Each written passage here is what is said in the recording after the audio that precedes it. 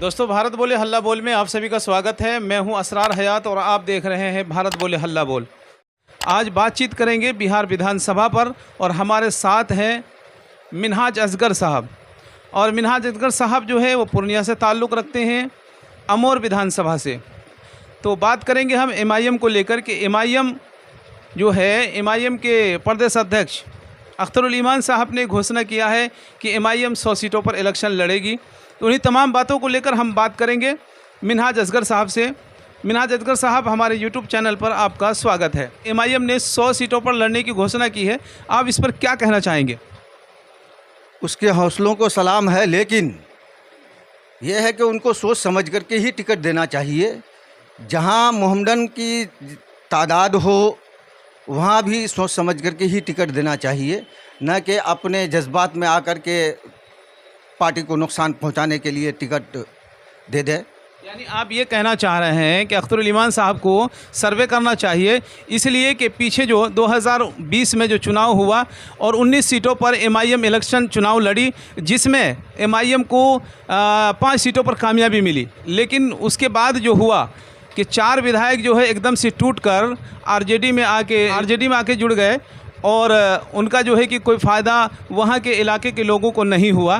तो इसी के मुताल्लिक जो है आप ये कहना चाह रहे हैं कि अख्तरुल ईमान साहब को मतलब सही सर्वे करके कैंडिडेट को टिकट देना चाहिए। जी, सही सर्वे, सही जांच और पड़ताल करके ही टिकट देना चाहिए।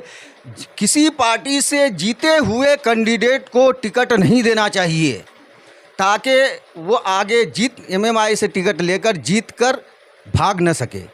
जैसा कि पिछले इलेक्शन में हुआ, शहनवाज साहब को टिकट दे दिए, अब्दुल्ला सालिम साहब को देना चाहिए था। अगर अब्दुल्ला सालिम साहब जीत के आते तो उनकी जुरात नहीं थी कि वो दूसरी पार्टी में चले जाते। लेकिन चूंकि शहनवाज साहब जीते हुए पार्टी ने उनको टिकट नहीं दिया, जिस पार्टी से वो जीत के आ रहे थे, लेकिन आपने उनको टिकट दिया। उसका फ़ायदा ये आपको मिला कि जीतने के बाद फिर वो वहीं जा कर के बैठ गया। रुकनुद्दीन साहब पहले से जीत करके आ रहे थे, आपने दूसरे शहनवाज साहब को टिकट न देकर 82 क्षेत्र से रुकनुद्दीन साहब को दिए।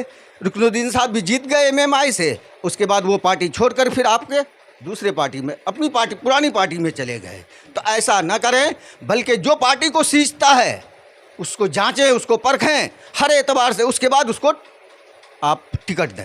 मतलब आपका कहना है कि अब जो कि हाट विधानसभा से अब्दुल्ला सालिम साहब को एमआईएम को टिकट देना चाहिए? बिल्कुल बिल्कुल, अब्दुल्ला सालिम साहब को जो कि हाट से टिकट देना चाहिए। इंशाअल्लाह निकाल लेंगे, चूँकि एमएमआई का बोल चलता है।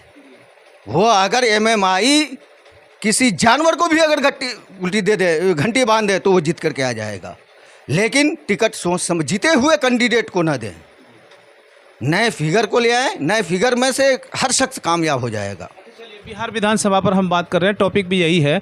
लेकिन आने वाले चुनाव में 2025 में जब वोट करेंगे लोग, विधानसभा के इलेक्शन में वोट करेंगे, तो मुद्दा क्या होगा बिहार के लोगों के लिए? काम, मुद्दा काम, तालीम, बेरोजगारी, यही मुद्दा होगा। पलायन, हाँ, लोग जो घर से दूर नौकरी के लिए जाते हैं वो रोज़गार मुहैया होगा इंशाअल्लाह। कांग्रेस ने कहा है, कांग्रेस ने एक नारा दिया है कि पलायन रोको और नौकरी दो। इस पर क्या कहेंगे? कांग्रेस ने ये नारा दिया है, इसको कैसे देखते हैं? ये तो भूल-भुलैया है, इसमें कोई जान नहीं है कि चूँकि गठबंधन, महागठबंधन है, वो किसी वक्त इधर और किसी वक्त उधर वो भी होते रहता है। लेकिन काम की तो पार्टी है। अख्तर साहब के बारे में, हाँ, अख्तरुल ईमान साहब, मतलब अख्तरुल ईमान साहब एक बेहतर लीडर है एमआईएम के लिए। हाँ, एमएमआई के लिए बेहतरीन लीडर है। देख करके लोगों को टिकट देना, चुन करके, जांच करके, परख करके, सर्वे करके, तब उनको अख्तर साहब को चाहिए कि वो टिकट दें। जांच करके, सर्वे करके, चाहे उसमें बगैर मफाद के, यानी उसमें मफाद न हो, बगैर मफाद करके टिकट दें।